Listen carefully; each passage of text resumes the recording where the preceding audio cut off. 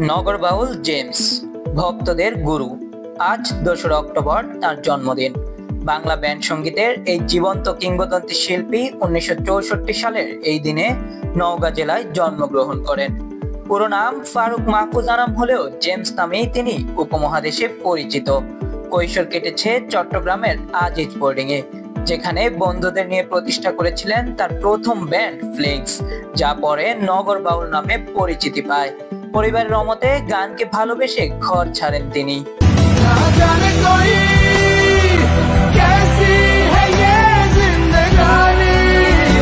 তার গান কেবল দেশেই নয়, বলিউডেও তাকে এনে দিয়েছে বিশাল খ্যাতি।